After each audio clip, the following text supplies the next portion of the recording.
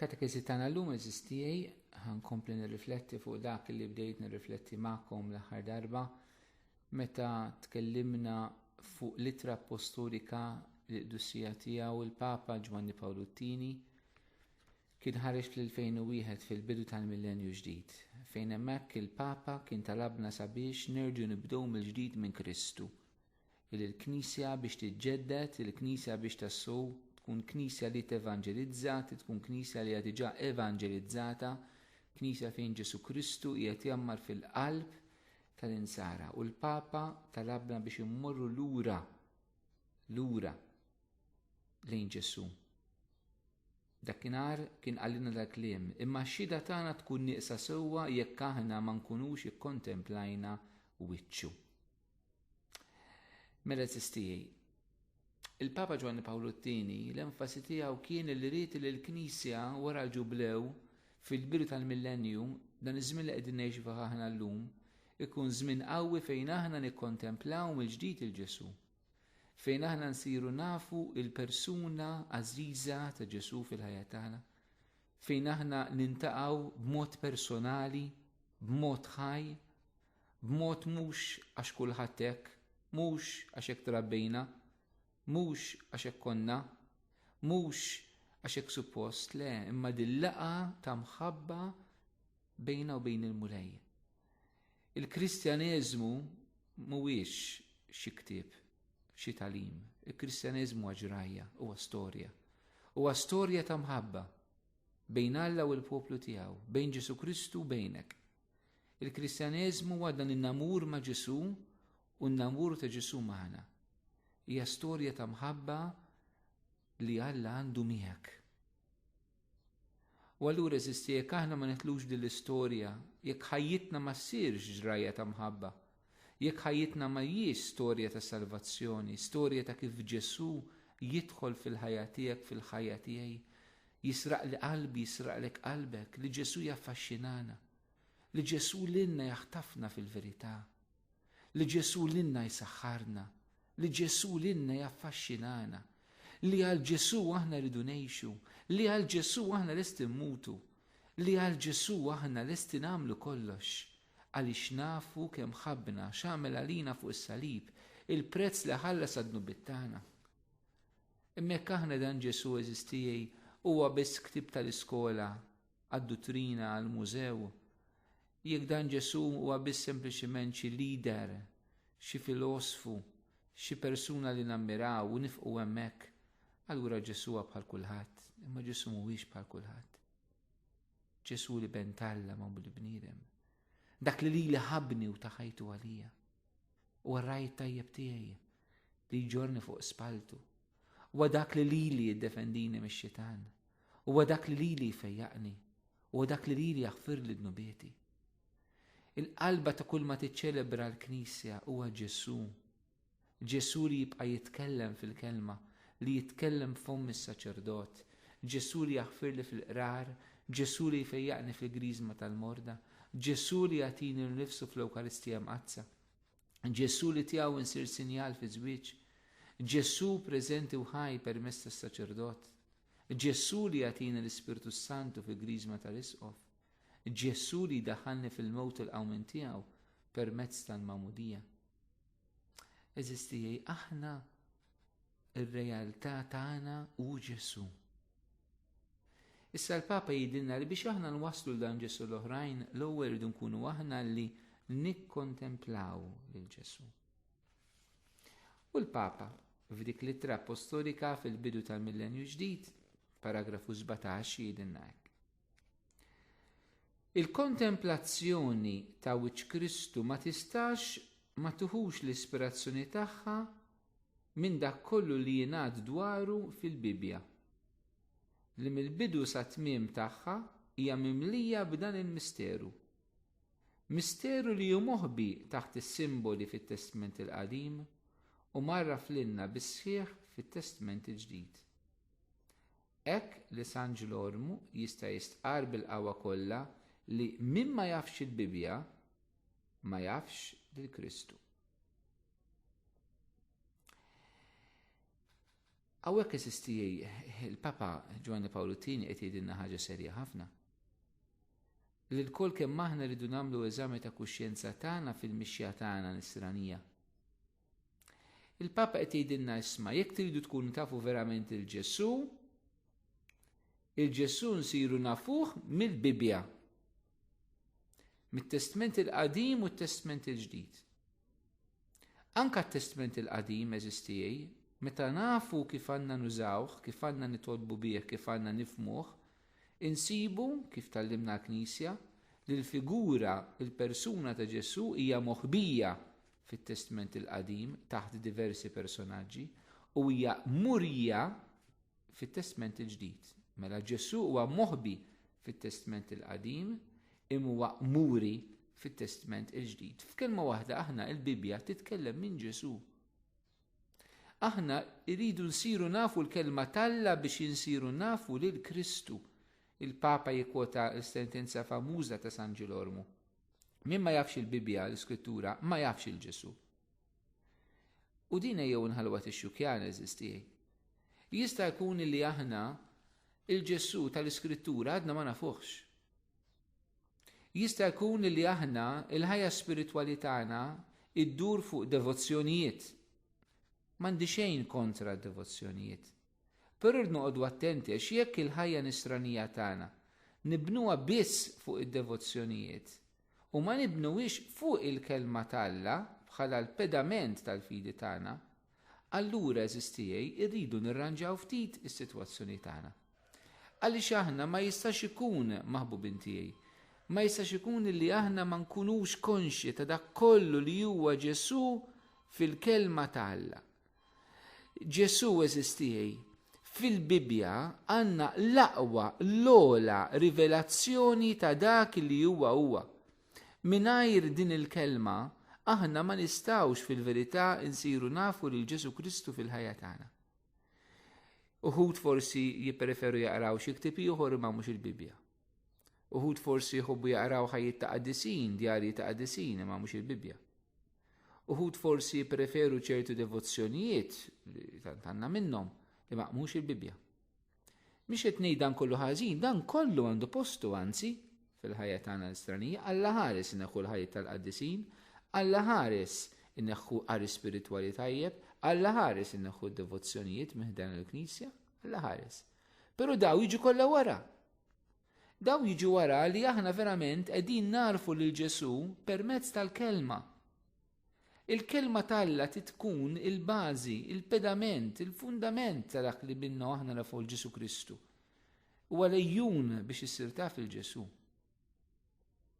U kelli nistaqsik, int kemm taqra mill-Bibja kuljum? Tweġġek eżistijaj. Ħan nitkellem ċar. Tweġġek meta tisma' Kattoliċi illi meta jitilqu l-Knisja Kattolika, pereżempju jmorru ma' xi setta bħal tal-Ġehova, jew ma' knejjes mhux insara bħal huma l-Knisja Evanġelika, il-Protestanti, Pentekostali, u mbagħad jibdew jaqraw il-Bibja. Bħalma dak li qalilna li fil-Knisja Kattolika m'għandniex il-Bibja u l-kelma talla. ċerti nies hija weġġa ta' qalb meta tarhom li meta jitilqu l-Knisja Kattolika jiskopru l-kelma talla. U rridu nagħmlu eżami ta' kuxjenza fuq din. Jista' jkun li għandna żball aħna fil-Knisja Kattolika. Mhux żball fit-tagħlim ta' Knisja m'għandniex żballi fit-tagħlim ta' Knisja. Però jista' jkun li aħna fil-Knisja, anke Knisja f'Malta, għandna żbalji pastorali. Żbalji pastorali li tagħhom huma responsabbli is-saċerdoti, ir-reliġjużi u l-apparaturi pastorali u min imexxi fil-Knisja. Jista' jkun li aħna l-esperjenza tal-fidi tan-nies maħniex qegħdin nibnuha fil-verità fuq il-kelma talla. Forsi rridu nagħtu n-nies dak li jridu jisimgħu, dak li joġobhom, però mhux bil-fors dak li joġob in-nies huwa dak li Alla jrid.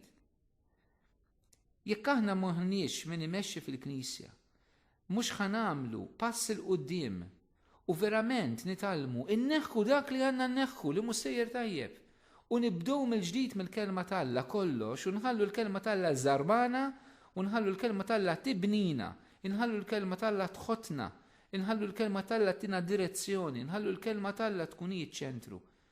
Jekk ma nsibux dan il-gazz biex impoġġu l-kelma talla fin-nofs eżistijaj, fiċ-ċentru, Allura aħna responsabbli għal nagħtu kont qudiem Alla. Ir-rajja qegħdin hemm biex jagħtu l-kelma l-poplu.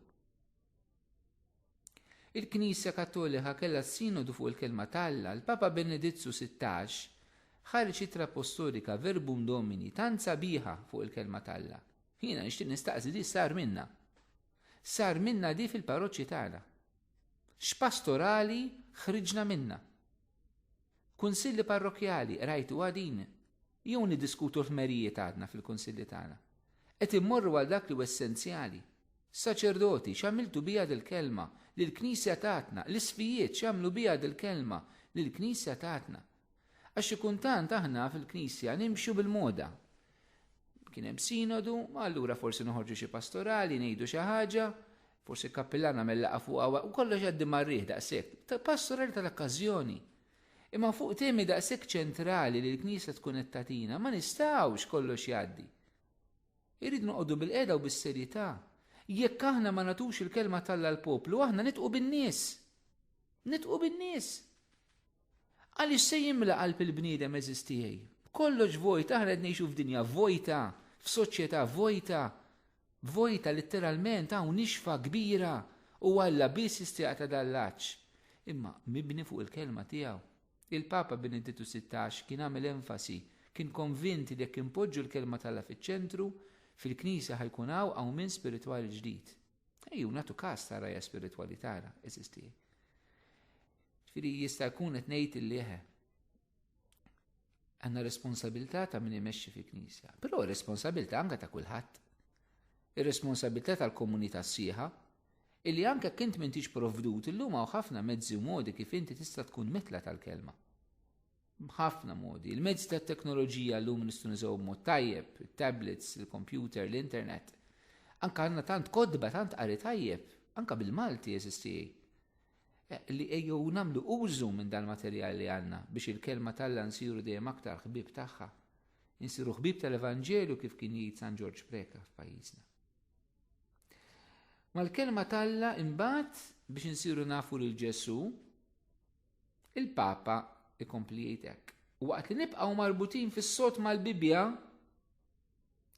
ninfetħu għall-ħidma tal-Ispirtu Santu li lilu t-testi sagri jafu l-bidu tagħhom kif ukoll għax-xhieda tal-Apostli li kellhom l-aqwa esperjenza ta' Kristu, il-kelma tal-ħajja. Rawh bajnejhom, semgħuh b'widnejhom, messewh b'idejhom.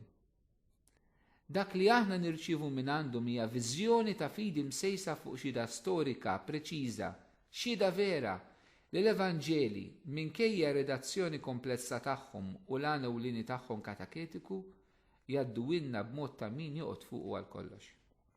Mela l-Papa qed jgħidilna isma'.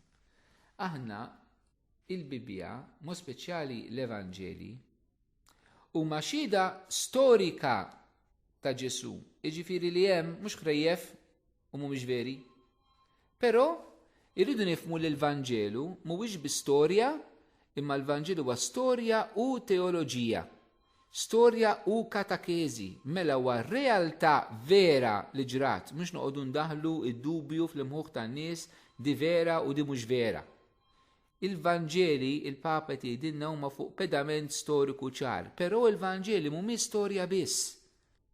Huma storja u teoloġija. Teoloġija mhux talima laqqas ta' biex noqogħdu nagħtu talim, le. Jiġifieri jagħtuna dawl fuq Alla l-imbierek, fuq Ġesu Kristu, fuq l-istorja tal-ħajja tagħna, fuq kif Alla jidħol fil-bniedem, fil-ħajja tal-bniedem, fuq l-istorja tal-komunità nisranija, fuq il-Knisja. Irridu eżistien nirrealizzaw dan. Il-Papa jitkellem minn redazzjoni komplessa tal-Vanġeli, għaliex għax il-Vanġeli ma waqgħux mis-sema. Il-Vanġeli ġew miktubin għal komunità partikolari, jekk għandna 4 Vanġeli huma indirizzati 4 komunitajiet partikolari, kull Vanġelu jindirizza l-bżonn ta' dik il-komunità partikolari u katakezi għal dik il-komunità partikolari. U aħna din irridu naqbduha u nirrealizzawha. Irridu nifhmu biex meta naqraw il-Vanġelu nkunu nifhmu l-Vanġelu eżattament x'qed jgħid. U hawnhekk tidħol anke l-bżonn tal-formazzjoni biblika tagħna. Ma jistax ikun eżisti li aħna nippretendu naqbel il-Vanġelu nifhmuh, niftħuh, naqrawh u nifhmuh u kollox orajt mill-ewwel. Il-Vanġelu hemm proċess kif inkiteb, hemm proċess kif ġie msawwar, hemm tifsiriet partikolari ma' dak li hemm miktub. Allura aħna ma nistgħux inkunu minimalisti hekk kollox bil-minimu. Fejn jidħol Ġesu Kristu kollox bil-minimu. Irridu nitalmu ninvestu l-ħin, ninvestu l-flus. Ninvestu l-flus hija titmiżbutek ukoll Ninvestu fuq diversi livelli. Fuq livell personali jekk għandek bżonn tixtri Bibbja, jekk għandek bżonn tixtri kummentarju tal-Bibbja biex inti tista' tifhem aktar, mela toqgħod taħli l-flus ħafna affarijiet li ma jsservuk għal xejn fil-ħajja. U f'dak li ħajservik għall-eternità int qammil. Nitqamlu mal aħna. Alla li huwa tan ġenerus magħna meta lina fuq is-salib, aħna nitqamlu miegħu Alla ħares tmurtom fuq xi ħaġa tal-flus iktar biex tifhem il-kelma tal-Alla. Alla ħares, qammelina aħna malla xħaħ. Xħaħ malla fil-flus, xħaħ malla fil-ħin, Alla ħares nindedika ftit iktar ħin, Alla ħares l-omelija tal-ħadd iddum daqsxejn iktar, Alla ħares immur xi laqgħa żejda matul il-ġimgħa, Alla ħares immur xi quddis oħra ħnisma' l-kelma tal-Le, aħna xħaħ malla. Xħaħ, għax aħna ma nħobbuhx. Alla aħna l-Alla ninqdew bih irridu biex joqgħod isawwilna l-problemi tagħna. Aħna m'għandniex imħabba vera, aħna supervi egoisti quddiem Alla l-imbierek. Insibu 100,000 skuża biex ma nirsqux lejh, għax ma nħobbuhx. Għax maħniex konvinti li jħobbna, għax ma nafux l-imħabba tiegħu. Għax kieku aħna nemmnu f'din l-imħabba tal-Alla lina, kieku qalbna tfiq mix-xeħħa. Tfiq mix-xeħħa. Però mhux biss ix-xeħħa fuq livell personali eżisti, anke fil-komunitajiet, anke fil-parroċċi tagħna. Ma nkunux ħaħ mal-kelma tal-Alla. Nonfqu daqshekk flejjes f'affarijiet ta' pitturi, f'affarijiet ta' ristawr, f'affarijiet ta' opri ġodda, f'affarijiet ta' qnieper, affarijiet tal-mar tal-festa, affarijiet ta' nar, murtali. Hekk għandhom isiru ħajsiru, però ma jkollniex bilanċi. Nonfqu f'tant flus f'affarijiet bħal dawn li għaddu. U mbagħad biex ninvestu biex nagħmlu l-poplu vera. Nitqamlu, donnu mhux dan il-prioritajiet li xi kuntant ikollna. Umu da xejn kol fuq sensina sistijaj. Jekk hemm bżonn parroċċa tagħmel investiment biex tara li kull persuna jkollha l-Bibja, il-Vanġelu, tagħmel investiment. Niċċaħdu minn xi ħaġa oħra. Nagħmlu sagrifiċċju, niġbdu ħabel wieħed mal-kappellan, imma jew intella u nagħmlu sagrifiċċji anke finanzjarji tagħna biex inxandru l-kelma. Jiena naf nies li mhumiex kattoliċi, insara mhux kattoliċi, illi jinvestu flushom bir-radam biex ikun jistgħu jxandru lil Ġesu u l-kelma tiegħu. U mbagħad niġu aħna kattoliċi reqdin, ċabsa, bla ħeġġa, bla entużjażmu mhux kollha taaħud minnek imma biex ma nazzarrax ngħid il-maġġoranza. Medjokrità, ripetizzjonijiet li Alla u kuidejquk fil-Knisja. Naf li tkun goff il-kliemi ta', però biex forsi nġuf sensina u nqumu daqsxejn minn din ir-raqda li ninsabu fiha. Raqda u telqa li qed ninsabu fiha kważi mejtin, kważi l-għada mejjet tal-profeta Eżekiel qegħdin insiru. Knisja li qed tmut. L-unika tama tagħna huwa li l-Ispiritu Santu ma jitlaqx il-Knisja huwa hu li jerġa' qajjimha u kull darba qed l-ħajja. Ma f'ċerti ambjenti tagħna iva eżisti mejtin. Mejtin! U ma noqogħdux nusaw kliem faċli ħalli nradbu bil-kuxjenzi tagħna għax inkella qatt ma ħanġu f'sensina, mejtin uħud. Mejtin, ċerti parroċċi mejtin. Tiddejjaq tmur, m'hemmx ħajja. Għaliex għax il-kelma tal-Alla mhix fiċ-ċentru u maħniex nibnu maħniex ħallu għad kissirna u tibnina mill-ġdid. Jekk hemm bżonn iva, trid iżżar magħna. U nagħmlu nagħmlu nagħmlu sistiji, ma nibżawx, nagħmlu minn kollox biex il-poplu nagħtuh il-kelma mill-ġdid fil-qalb tiegħu u f'ħajtu għax hija l-kelma li stejnu jara fil-Ġesu Kristu fil-ħajja tiegħu. Numru 18 SSTA, il-Papa Ġwanni Pawlu T f'del litra jkompli dinnek. L-Evanġelisti ma femux jagħtuna biografija sħiħa ta' Kristu skont ir-regoli tax-xjenza storika moderna. Mela, il-Papa qed jisma' il-Vanġeli kieku kellna naqbdu kif tikteb l-istorja llum il-ġurnata, insibu l-Evanġelu insomma ċerti dettalji li mhumiex qegħdin hemmhekk. Aħna fuq il-ħajja ta' Ġesu 30 sena ftit li xejn nafu pereżempju. L-iskop tagħhom ma kienx biex jagħtuna biografija ta' Kristu. Il-Vanġelu mhuwiex biografi ta' Ġesu. Ma kienx l-iskop tiegħu li jkun, ma jfissirx li m'hemmx affarijiet biografiċi, imma mhux l-intenzjoni li jkun hekk. Mela aħna meta niftħu l-Vanġelu ma nix nipretendu li hemmhekk sejrin insibu l-istorja sħiħa kompluta fid-dettalji kollha ta' Ġesu. Għaliex ma kienx l-iskop għalfejn kidbu.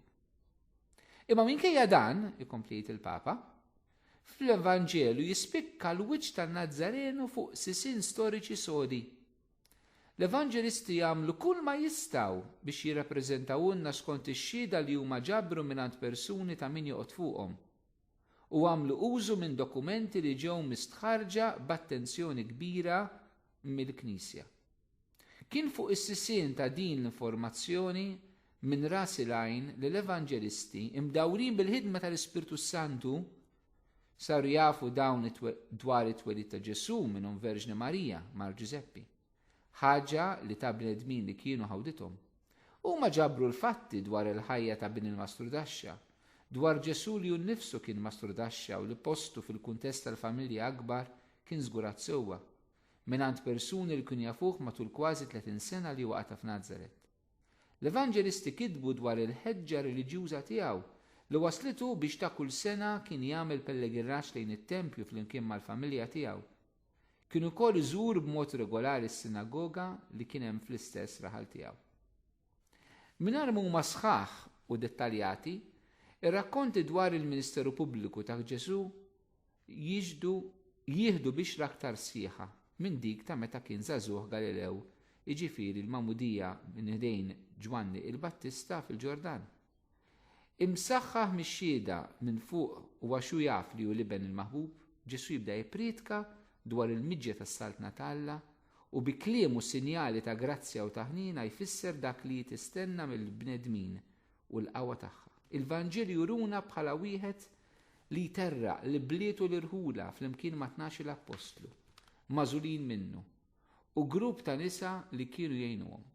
Il-folo li jfittxuh u jimxi warajh, il-morda li jtolbuh il-qawwa tiegħu tal-fejqan, in-nies li jisimgħuh u jilqu kliemu minn ħafna u minn ftit. Hawnhekk il-Papa qiegħed jiġbor dak li l-Vanġelu qed jagħmel summary biex ngħidlek ta' il-punti ewlenin tal-ħajja ta' Ġesu f'Nażaret u l-ħajja ta' Ġesu pubblika meta Ġesu mill-Magħmudija joħroġ jevanġelizza.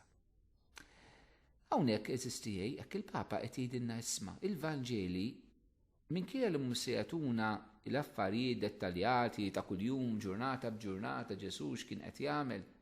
Imma l-Vanġeli se jagħtuna il-momenti prinċipali, il-momenti importanti fil-ħajja ta' Ġesu. U jagħtuna dawk il-momenti u mhux oħrajn għax dawk huma kollha momenti li juruna minu Ġesu.